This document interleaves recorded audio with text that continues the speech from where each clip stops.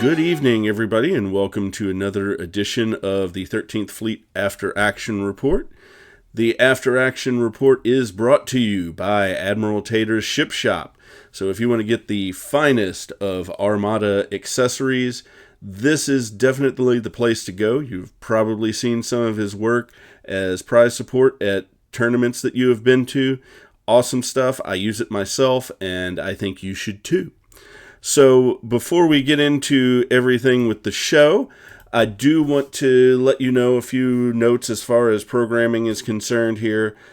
First off, I have not got the most recent episode of Thursday Night Armada up. I had some personal things I had to take care of, so my schedule was just too tight. I did not get that edited. It will be up tomorrow. I am going to make it a point to get that done tomorrow and get that up and running. Probably will also have the most recent episode of the Star Wars Outlaws stream up in case you guys are interested in that.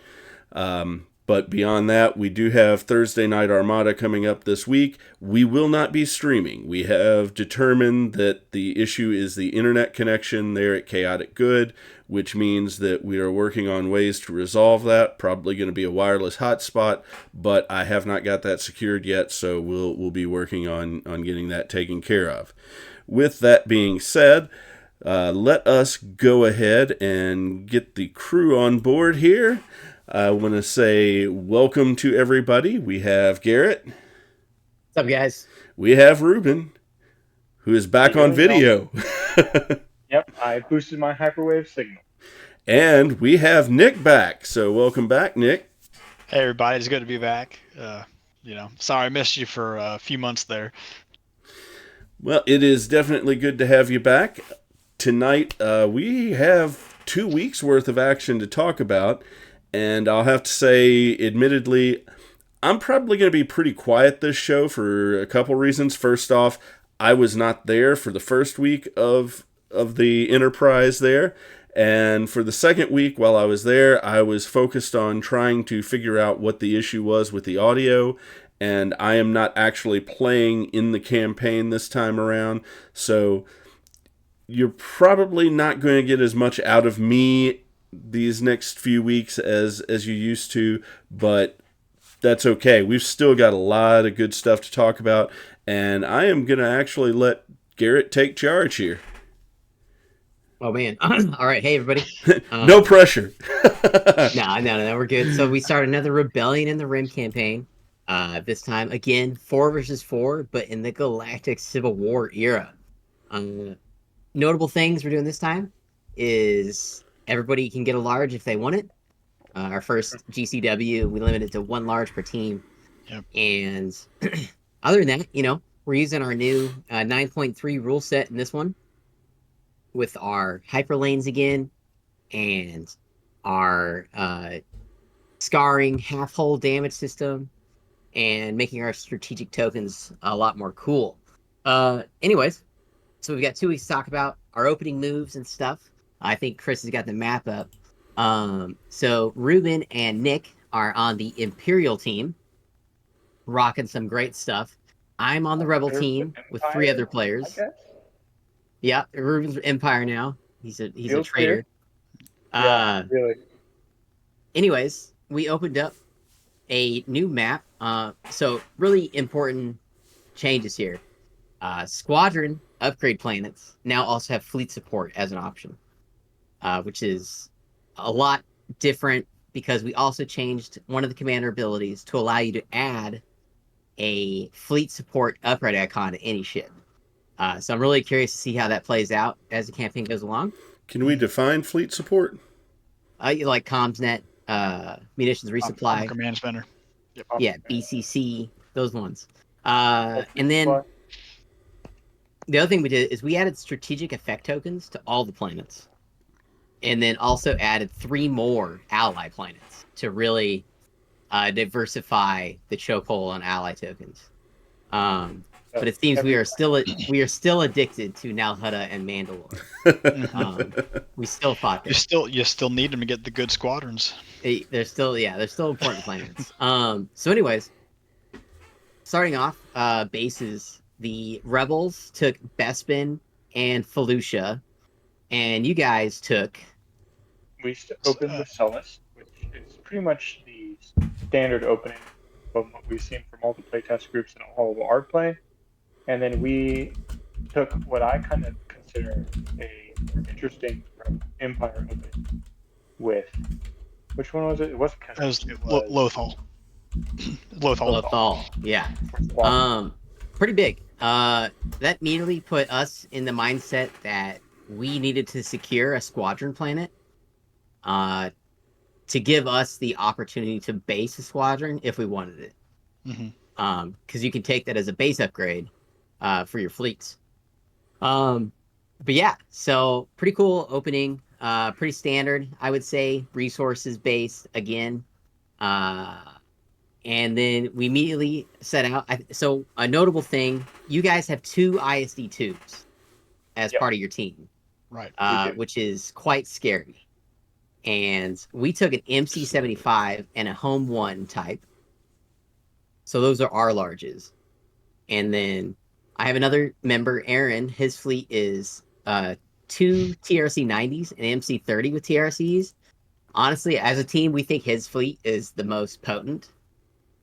Speed 4, lots of damage. All long range. It's very flexible. Yeah, good platform. That's the one I'm most concerned about playing. Yeah, and that's why we gave it to Aaron. Aaron's one of our newer players, and he's really good at flying those ships. He's been practicing since he started the game with them. And then I've got a player, Jason, with an MC-75 and a B-Wing and Dagger Squadron squad ball with rapid launch bays. Listen, Jason has been killing it with that fleet. Probably my favorite fleet. Yeah, so stuff. Jason has historically really hated some of his fleets. Oh, I think Chris, we get some backed over to Chris there. Okay. Yeah, you're all right, man. Get him some spray back to. Over there struggling. I'm so sorry. Went down the wrong way, so I've got myself muted. Maybe mute harder. No, I'm just kidding. But anyways, I'm sorry. Jason's got an MC-75 fleet with rapid launch bays, B-Wings. Super cool. And it allows him to roll blues and blacks, which does great, right? He hates dice a lot. But no, he's been able to. To be fair, navigate. dice hate him. That's true, yeah. I actually loaned him a set of my dice because his dice were like, something was actually wrong. It was pretty crazy. But anyways, rapid launch bays launch for an MC-75. Super cool. I think, Jeff, your guys' team has had to play against him twice with the Interdictors and Raiders. And the MC-75 has overcome that each time. So it's interesting to see a Rebel large that doesn't do amazing outside of Radis builds, like doing really good on a Rebellion the Rim fleet. And then I've got the worst fleet possible.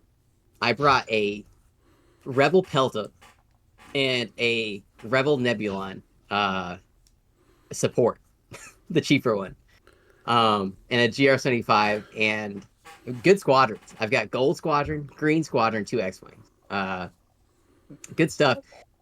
You say it's a bad fleet, but yet you still beat me in that bonus game that we did on Thursday. I did. To be honest. Yeah, although 2 my victory fleet sucked. ones. Yeah, I did not fear it and at all. Garrett, correct me if I'm wrong. You have the GR-75 Combat Reef retrofit, right? I do. I'm throwing blues out of that baby. And yeah, that actually took me by two surprise. Wait, why are you throwing dice? Yeah. So I'm really curious if I keep with this Rebel Pelta and Nebulon, as if I keep adding upgrades to it, does it get good? Like, as the campaign goes. I don't know. I got dumpstered my first game by Nick. Just absolutely obliterated. And I'll let you guys... and I want to talk about our 4th fleet. Our 4th fleet is a Home 1, and this is Nick's fleet. My Nick Parrott. We're called the Fish Alliance, because I'm a Cellcath. Him and Aaron are both Mon-Cals. And then we have a droid that we loaded a fish personality into. That's Jason's fleet. But why am I seeing Minion from Megamind? Megamind, yeah. Yeah. Code, I need anyway. new dice. Yeah, Parrot is flying a MC-80 pickle with a huge squad ball of Y-wings and X-wings, and a GR-75. And his it's gone pretty well. He's had to fight ISD twos twice in a row with it, and has come out on top. So MC-80 still got it, baby, and Rebellion of the Rim, that broadside. So, anyways, that's my fleets. What about you guys? What are you guys flying in the second campaign? Well, I'll start with my fleet since I'm Grand Admiral of the Empire. I'm flying the ISD-2 with no upgrades, a Gazanti light cruisers with CommsNet, and 5 TIE interceptors. And as of week 2, I have an Owl Runner. So as you can see, I'm going full air superiority, big triangle, go bang.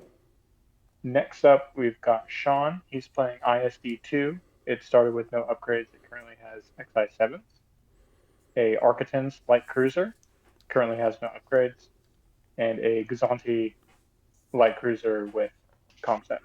Obviously, this is a dice powerhouse, heavy, all ships, no squads, all gun, lots of whole fleet. And then we've got Jeff playing Interdictor, support refit, with, I think as of end of Act 1, he did get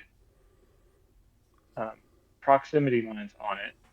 And he's got 2 Raider 1s with proximity mines. There's a theme. And Jeff loves his proximity mines. Yeah, Jeff loves mines. He does. He loves prox mines. He loves shenanigans. I guess I messed him up one too many times, giving him business with all sorts of upgrades and stuff. And he just loves doing that shit. And he's good at it. He's good at it. Like his Draven stuff is really important to play against in our meta because it can just get you sideways, and then your game plan is all ruined, and then you die. So, and finally, we have Nick's fleets. Yep. So we're going to talk about the absolute manhandling that happened to poor Garrett here. Nick, go ahead. Do we want to talk about both and the changes we made? Oh, your experiment? Yeah, we can talk about the experiment. So I'm playing. So my character, I'm a pirate captain. We came in the first week. I built a Raider 1 with no upgrades, 3 Decimator squadrons, and 5 Fire Spray squadrons. 152 points. 156 in squadrons out of 200 points. And I was clear like in the weeks leading up. I was like, so there's no limit in squadrons, right? I was like, no, there's explicitly not a limit. Yeah. I said, okay, I'm gonna do this then. So I showed up with 8 rogue squadrons and a raider with the infiltrator redeploy commander ability. So I would just deploy the raider in the middle, put this semicircle of squadrons that could go speed 3, hit ships, all with multiple dice. And then I redeploy my raider in the corner at like speed 2 and just trailed the back edge of the map and just waited for anything to come at me. My first week ended up against Garrett, and we learned very quickly why we needed to cap squadrons. Oh yeah, so Nick ruined it for everybody immediately. I made sure. It wasn't ruined for me. Yeah, and it was comical. It was comical. So I think the whole thing with Nick's that first fleet is you got 1 ship, and so if you can get to that ship and kill it, it's you could win. I think Aaron said he actually did fight against you. We did a practice game, and going speed 4, he was able to get there where all he had to do was get like 3 or 4 shots on the raider, and you just don't have enough defense tokens. Right. But so if you can get 4 across the board to shoot at the raider, you could probably win. But anyways, I had speed 2 Pelta and speed 3 Nebulon. Let me tell you guys, it took 1 round of full health bombing, and not even all of the decimators and fire sprays. Yeah, eliminated the Pelta and then eliminated the Nebulon. Comical. Because they're double die bombers on the fire sprays, and then the decimators roll 3 blues, right? 3 non-bomber blue. Yeah, just on a Rebellion in the Rim campaign, just unstoppable. So comical, and they're all rogues. Is the biggest issue, and they all have like 7 health. 6 to 8 hull. The decimators have counter. It's unnecessary. Yeah, so we played that out. I tried to be a good sport about it, but I was like, this is probably the worst thing ever, and we're not going to do this. So Nick, you had a backup fleet. So I came prepared. I brought a backup fleet because I knew it was gonna. I knew there was a really high chance it was gonna spin out like that. And so now I'm flying the real list, which is a Gladiator 1 with extracts, a 2 Radar 2s. I put Overload Pulse on one and Disposal Capacitors on the other, and then a Slasher's Tool with Gazanti. And no squadron. So I went complete 180 with the squadrons, and so now I'm running just a very mobile, very flexible, squadless fleet that is designed to really just like hunt down and kill. And you also had a rough time with that one, Garrett. Yeah, I love that fleet. The decaps and Overload Pulse, what a combo! It's so like that's fun. The Slicer tools, that's what got me though, because my whole fleet. I have auxiliary shield teams, everybody, to try and make my Nebulon survive more than one shot. It doesn't help, just so everyone's aware. I need to engineer. And so Nick got 2 Slicer tools off on me, and I couldn't kill the Gazanti. And it was a total disaster. It was so funny. He killed my Nebulon and then finished my Pelta and killed my GR75.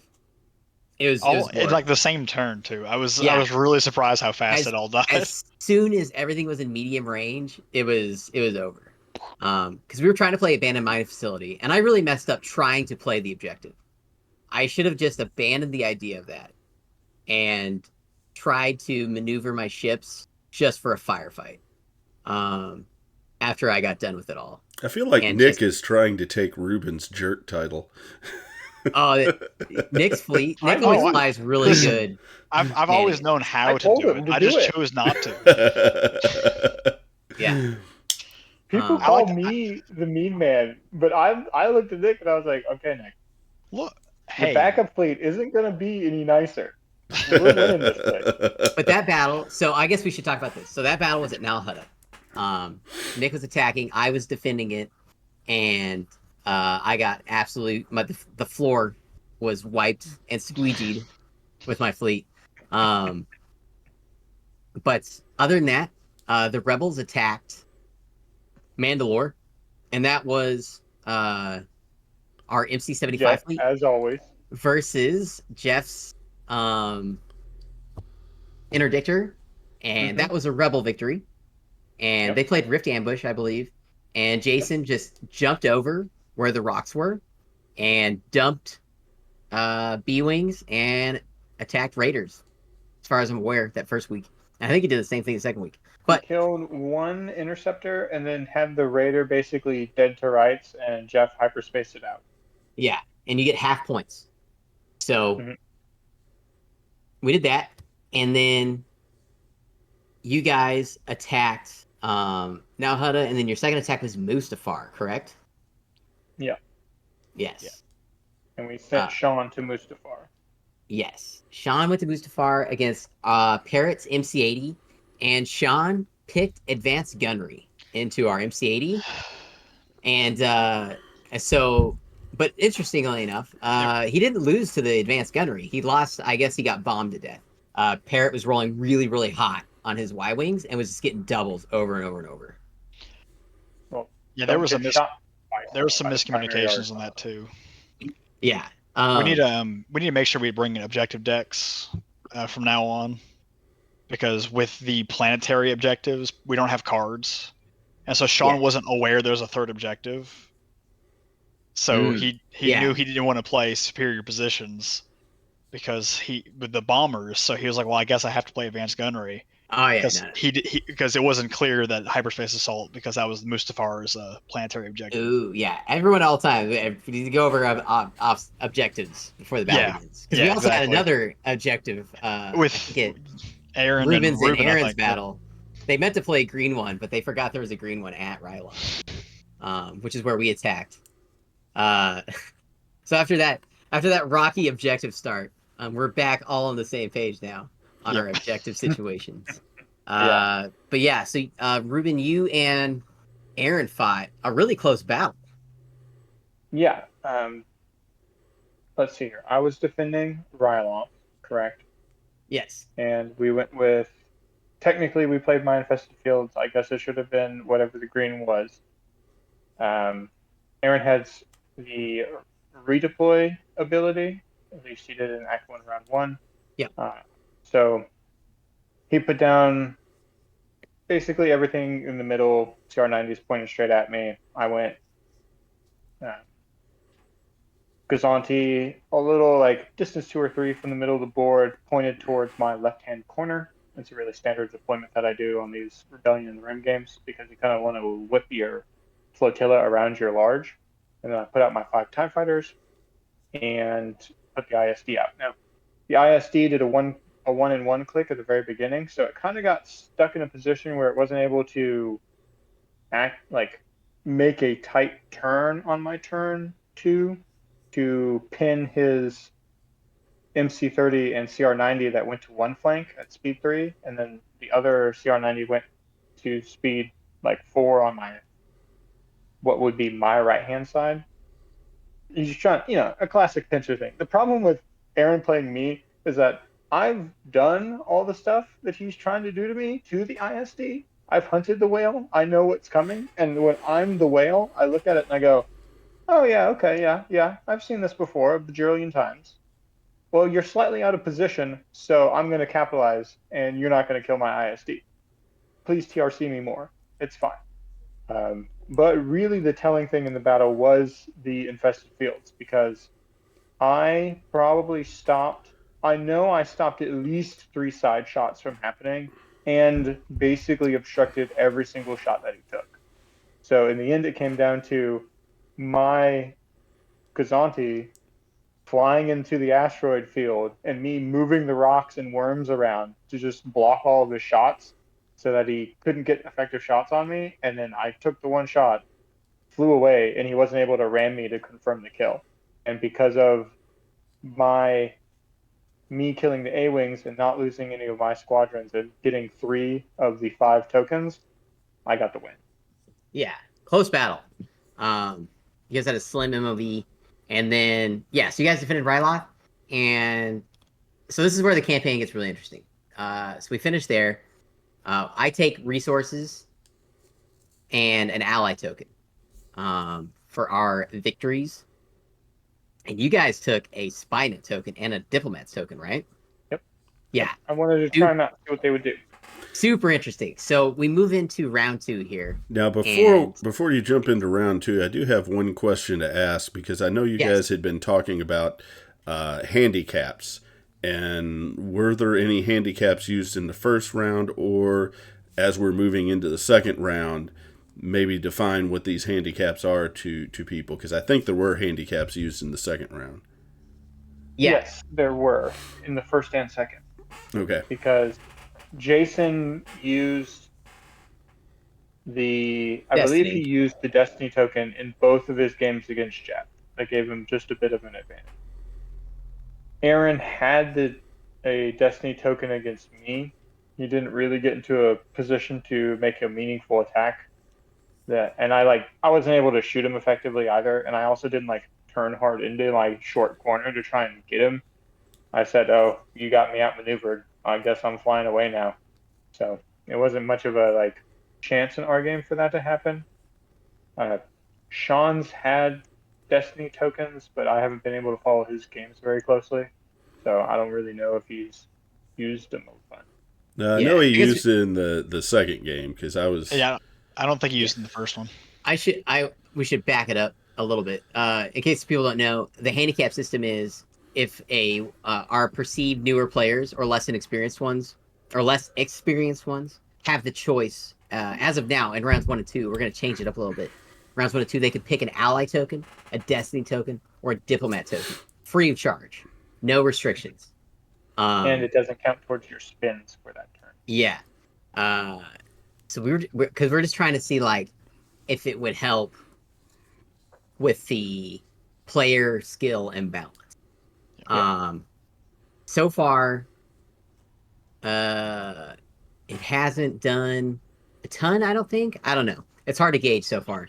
We're trying some other it helps ideas. a little, but Yeah, Armada's a hard game for hard people, and deployment is hard. So, yeah. There's a lot of mistakes you can make that any of those tokens can't really overcome, but it does help. Uh, so, anyways, back to round two. Things get spicy. All right. So we're tied for campaign points because we're 2-2. Rebels get first declaration, and we send a fleet to Megiddo. And I thought we were going to be real sneaky. And all of a sudden, Reuben's like, spy net token. So, and then I have to declare my rinky dink fleet has traveled all the way from Seleucami, which is where I retreated to. And I took a low fuel condition card to get to Megiddo. And my whole plan, right, is I've got a Rebel Pelta, and it's got a fleet command spot, and Megiddo's the only fleet command plan on the whole map. So I'm gonna go there and play Steel Supplies, clear my condition card, and get Intensify Firepower. I'll give that away because obviously that's what I'm trying to get. that's the play. And now I'm terrified now because I'm like, they send basically an ISD too and blow me off the board immediately. Should have just sent me again. Probably, yeah. Yeah. So this is the one that hasn't been uploaded yet. This was actually a really good battle. It is. It's fun to watch. I have never seen such an interesting setup to the map before. Yeah, that was weird. Steel Supplies is definitely my favorite green objective.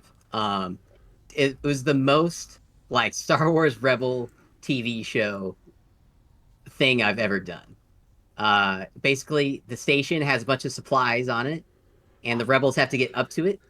They can unload the supplies off the station, put them on irregular squadrons or on the ship itself, and then fly away. And I took a YT-2400 from Nalhutta, and I took a ally token from Mandalore, because, listen, my fleet's the one getting the ally tokens. And so I had a gauntlet fighter. And I was loading supplies on the fighters, loading supplies on the ships, and Sean jousted me with an Architans instead of his ISD, and that saved my butt. I was able to fly to the station and fly away before his ISD got in range, and he took one real shot at my Pelta, and had he rolled 2 hits better, it would have one-shotted the Pelta off the board. Absolutely terrifying. I got away with the skin of my teeth. But it was a pretty cool battle. And the skin of the map edge. Oh my gosh, yeah. I was like a millimeter from the edge of the map because I was trying to stay out of his medium range. But I managed to blow up his Gazanti and Architans and got 3 supplies off and got out of there. To be fair, you did not blow up the Architans. The Architans flew off the map. No, but to make Sean feel a little bit better, I had Rogue, YT-2400, and Gauntlet. I was going to blow it up. Yeah. No matter what. He just flew off the board early for me.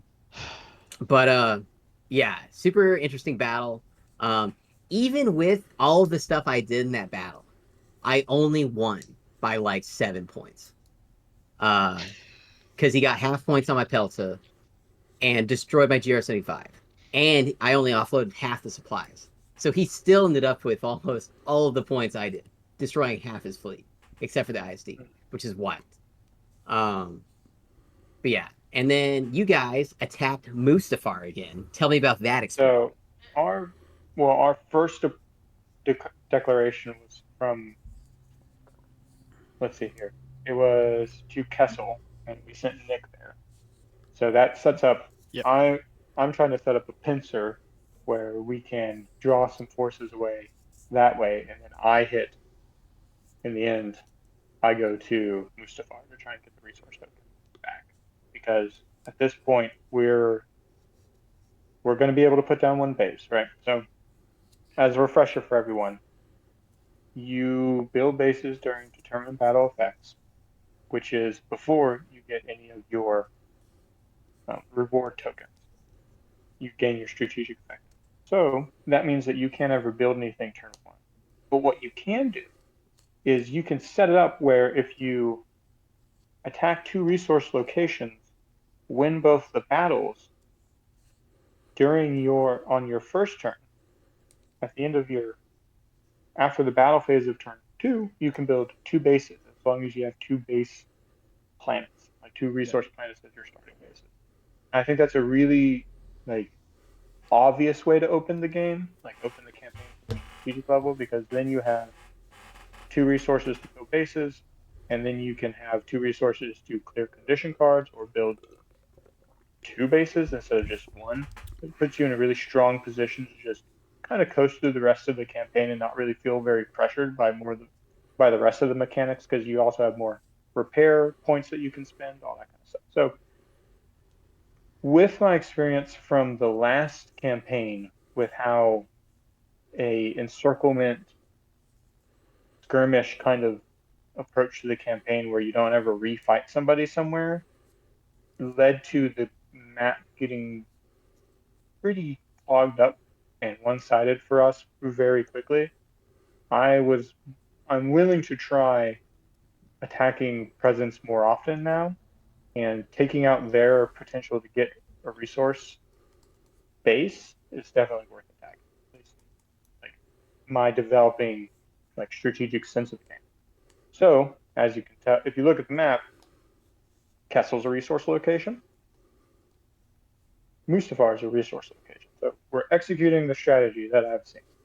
So I'll start with my battle. Unfortunately, I get paired into Parrot with his MC-70 MC-80 and 3 X-Wings, 3 Y-Wings. And I have, after my battle at Ryloth, because we had the base available and technically we played with green, I picked up Howl Runner. So Howl Runner is add +1 blue to the attack of a swarm squadron within distance 1 of her. So I've already got, you can see where this is going, because I've got 5 TIE interceptors and Howl Runner. So I'm here to murder your squad ball. Nick takes this angular approach. I picked his hyperspace assault, which means he can just drop in his flotilla. Isn't going to do that much. I'm not very scared of it. It doesn't have bomber command center. We play the KG Conga Line squadron game as the largest approach each other. I get the Alpha Strike off, and through 23 blue dice with some rerolls from Swarm, I kill 1 X-Wing and do a couple of damage to another one, which is 2/3 below average, half below average. Horrendous. It was bad. It was very bad. But I actually locked the position where the ISD is angled to just the nose of the MC-80, but I don't have side shot and he doesn't have side shot. So we're in a position where technically I could shoot him and sit there and it'd be favorable for me, but at this point we're going into turn 4 and I'm trying to shoot a MC-80 that has 2 resurrect tokens. I have no XI7s or rerolls of any kind. So you're not going to kill a large base with your large base, even with an ISD2 in 3 activations. It's not going to happen. And in the end, it ends up that I didn't confirm the overlap, which means that the ISD was a little far forward. So when the Gazanti was out of range to send its engineering token and kept it, I didn't have a nav token. I came to this position at the very end of the game. We're within a squadron of each other. I have Howl Runner alive. She's engaged with an X-Wing at 1 hole and a Y-Wing at 2 hole. And she's in the flak and she'd just been flaked by the 80 and had gone down to 1 hole remaining. And my Gazanti is within range, but only in front arc. So I look at it and I go, I'm in range. We'll see if I live. Because the only thing I can do here is try to get Howl Runner out. Because if I kill one of his swans, the Gazanti lives, and Howl Runner lives, I win. In the end, Howlrunner killed the X-Wing, flew away from the Y-Wing, landed on the station obstructed from the MC-80, and lived.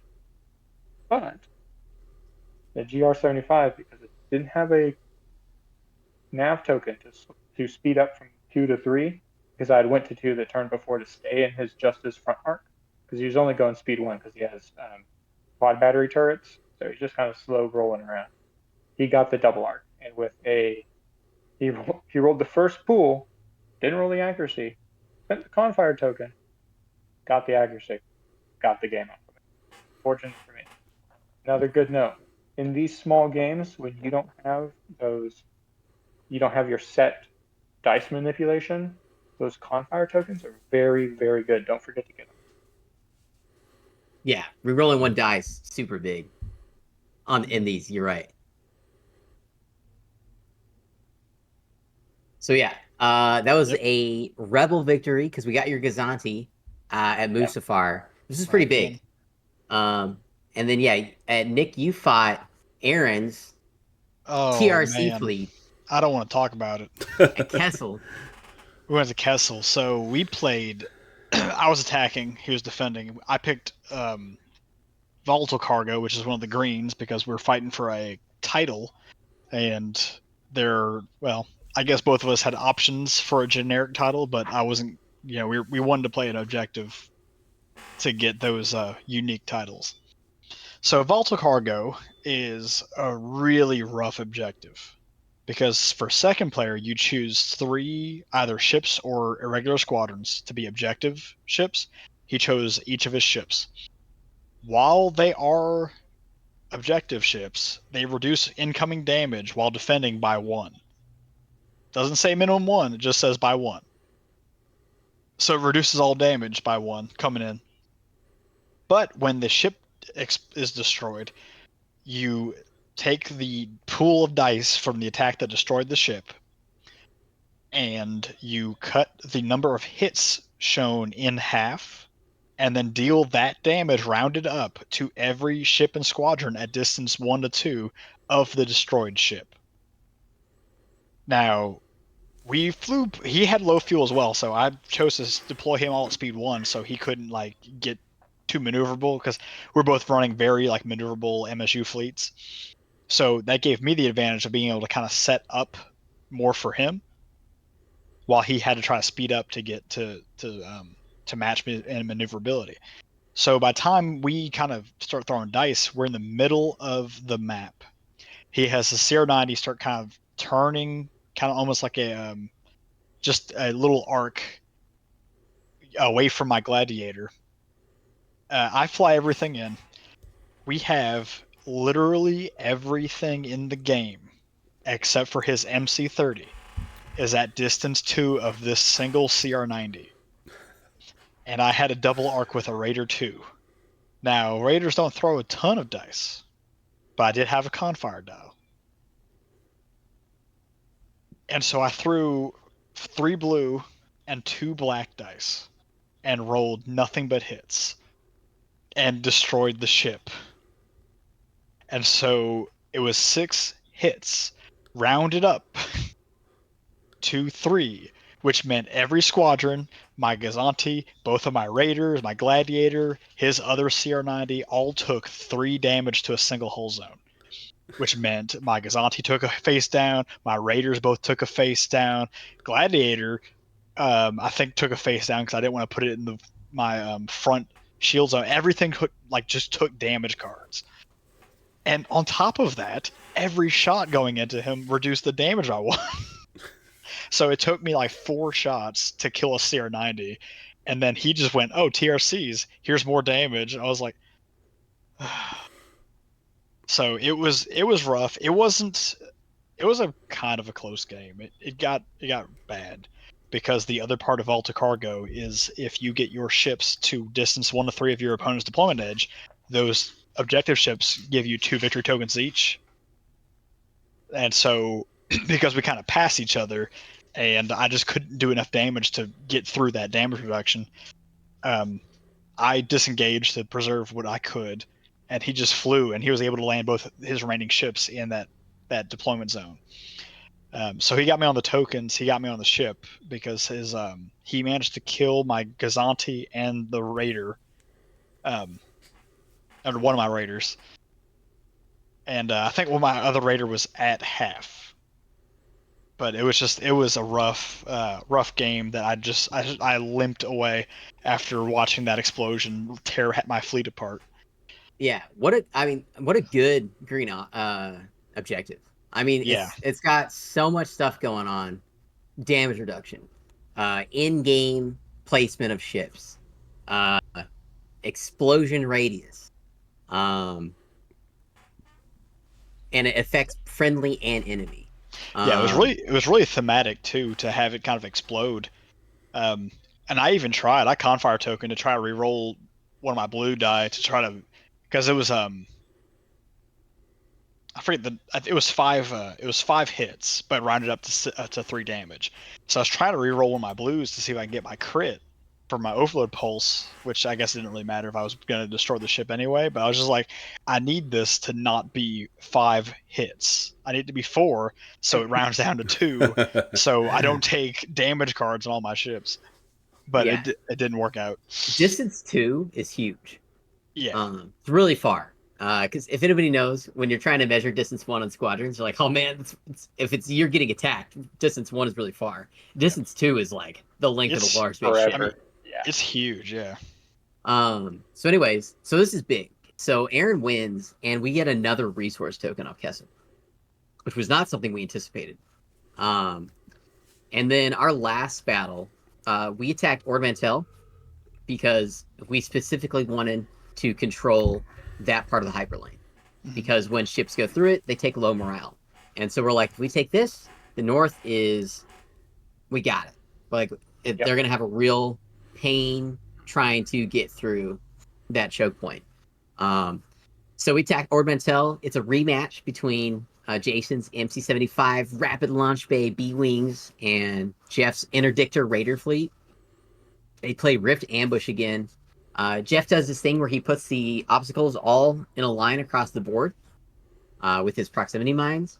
MC-75 is a speed 3 ship, and with the nav dial can jump. Pretty good. So Jason jumps these asteroids, launches the B-Wings, and goes hunting for Raiders again. We secure Ord Mantell. We get a repair yards token. We don't really need it, but we wanted that position really bad. But we also wanted Megiddo, which I did not anticipate winning. So that gave us another resource token, which then gave us 4 tokens. So we built 2 bases, which is big. Now, as far as the campaign goes, I know we're playtesting our like homebrew rules. My personal feedback is I don't know if you should be able to build more than 1 base at a time. But we're gonna see if it like really steamrolls bad. We're just not sure because we actually hit enough campaign points to trigger the first pivotal after 2 battles. And you guys have an opportunity to really swing back with the way the pivotals work, because you can do 2 different ones, right? So you can conquer and get more board space back. But right now, we put a base at Megiddo and Mandalore. And you guys base now Hutta, because we're farming those. I don't know. You guys might be farming Spynet, to be honest. I mean, it's really flexible. Like, the Spynet token works pretty well, and having the option for the YT-2400 ally token squadron, it's just still a solid planet.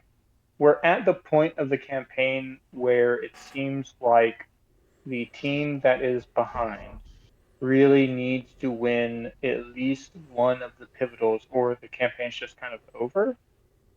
I'm not sure, like, mechanically, like, I have to disassemble from, like, me being a designer, me being the person playing the campaign. Me being the person playing the campaign, I look at it and go, well, like, I mean, if you don't win, you don't win. And, like, we have players that aren't winning, so we're not going to win the campaign.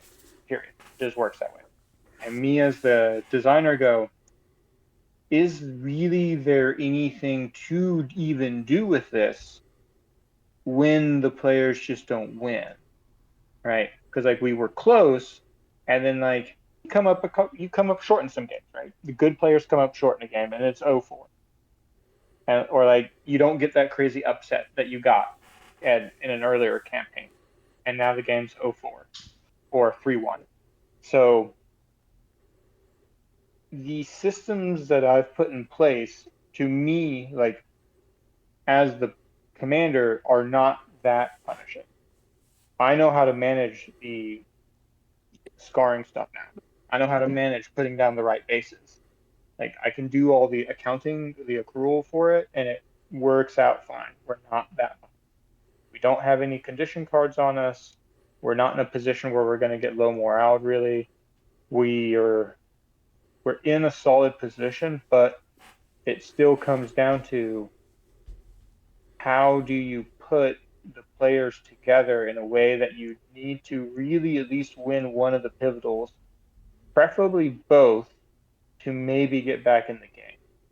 And that strategic space is weird because I feel like if I don't do it right as the commander and we don't win the one that we like, if we don't win the one we declare, the campaign's still kind of over. You're just so back-footed, and I'm not really sure where it's coming from. I agree. But like I will say, like my win at Magneto, huge upset, right? Like underdog winning the Super Bowl win. Yeah, sure, but should like, not have it happened. happens, right? But here's a question for you. I got for you guys. Do you think it was worth attacking 2 resource planets with the outcome potential of me being able to double base if we won those battles? What do you think? Yeah, I was thinking about that. I was like, maybe they doubled down too hard on resources.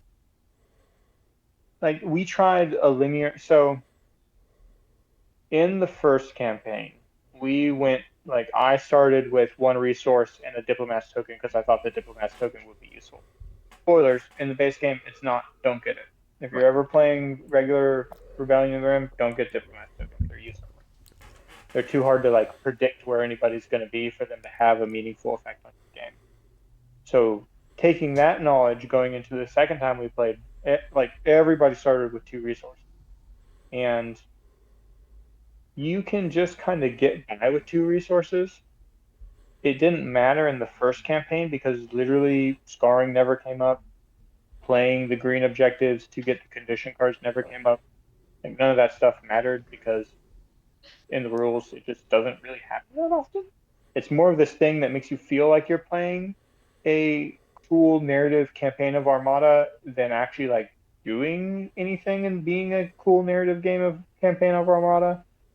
In our games now, because I've played a game with the Rebel Alliance having like half of the bases of the Empire and knowing the math, as long as we don't get our ISD2s absolutely blasted, we should be fine. Like the math says we'll be okay. Like we can always go other places to get the campaign points. We don't really need to attack a base. It's just that us getting the upsets won't really affect. It won't bring you guys down any. It'll just get us the presence that we need. Yeah. I think you guys really need to use those Spynet tokens to put your ISDs where the money counts. Yep.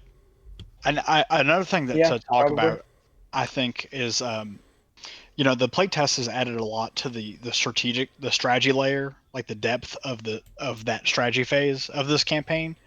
Whereas our first campaign, the first campaign, we as the Empire, we lost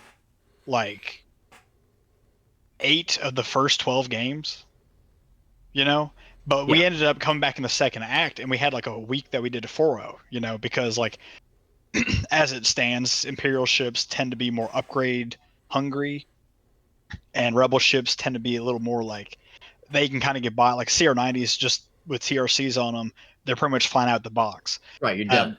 So I think the game, the combat mechanics that were built into the base game with the way upgrades collect, and you get 1 per week, which means throughout the campaign, Imperial ships will just get stronger, and you see that like Rebels win early, Empire wins late, because the lack of depth in the strategy phase in the base game.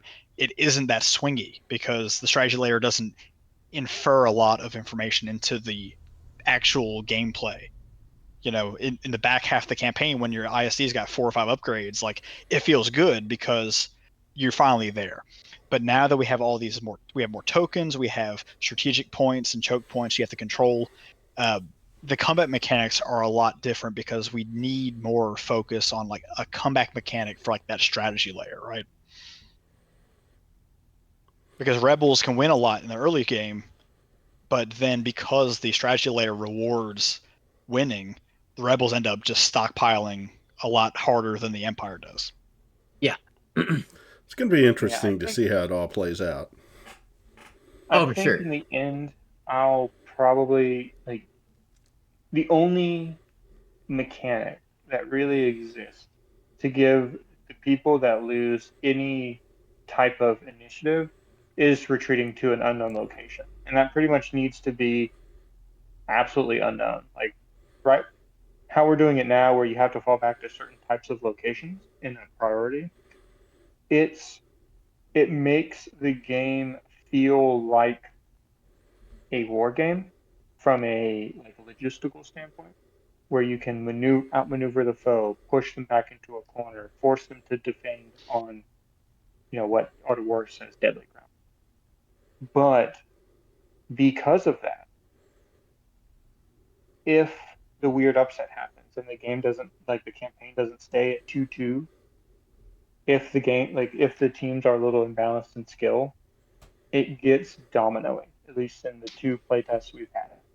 So it probably needs to go to just, hey, retreat somewhere, retreat to a neutral or friendly location. Which I like. I like that. I like it too. It also makes it just kind of a little quicker. You have to sit there and go well, I've got 2 bases are equal distance. Yeah. Yeah.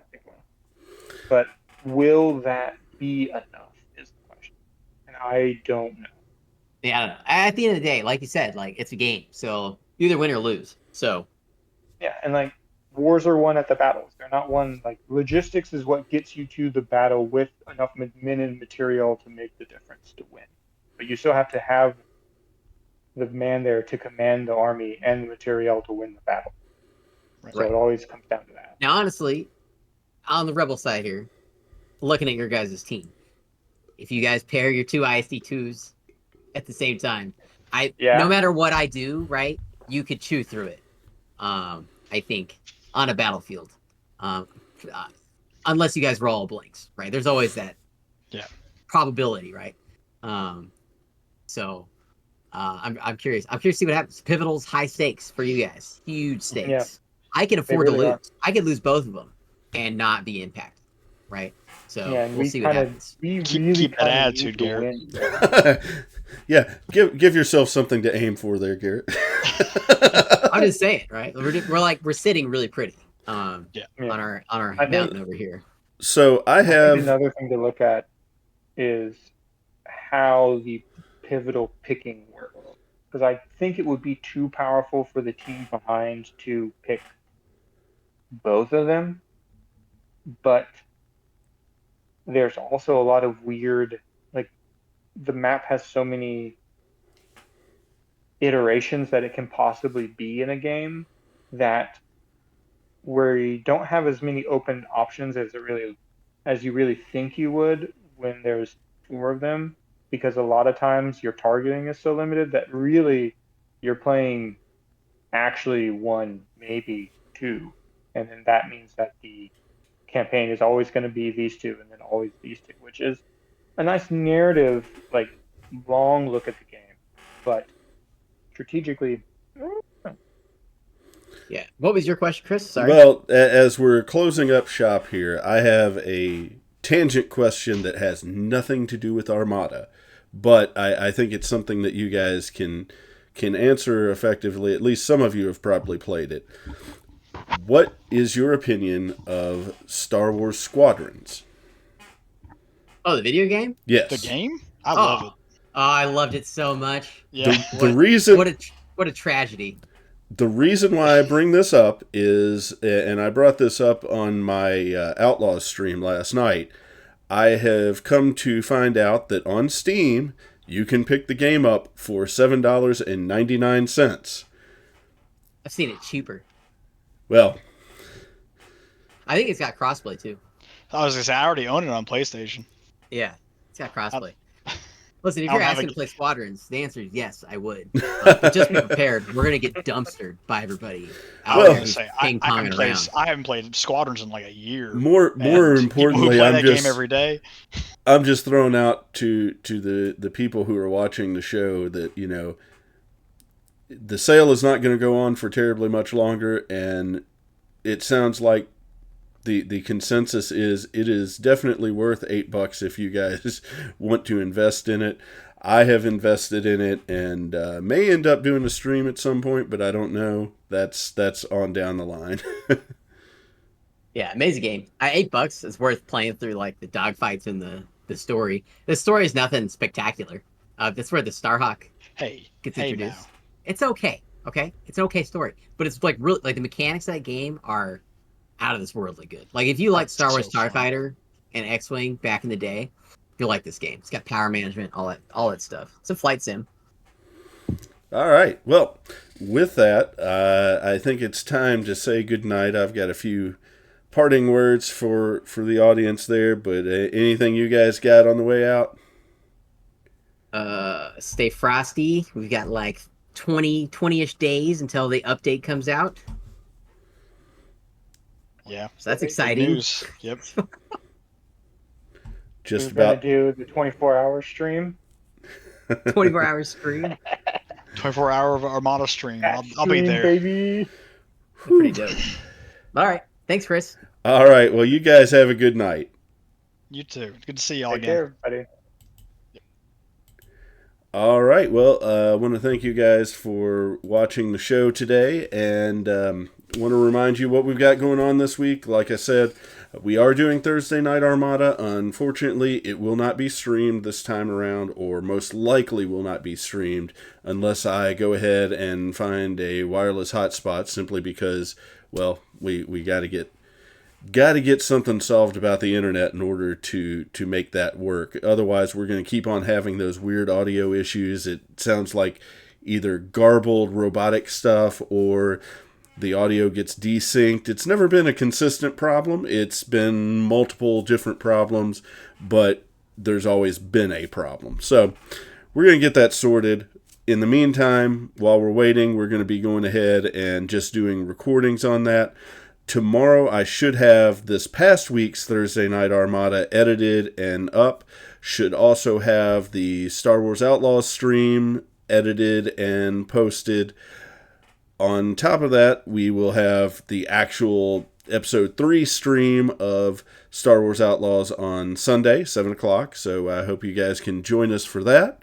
And then next Monday is the continuing adventures in SWTOR with Mallet. So we're looking forward to giving you some more of that. Had a lot of people who are really enjoying that, and I am happy to see that.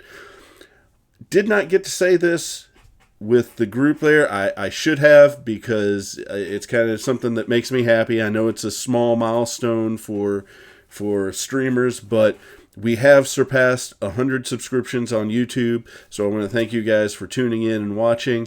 I'm glad you enjoy the stuff enough to come back and actually subscribe. With that, I am going to say good night, and I hope you have a wonderful, wonderful week.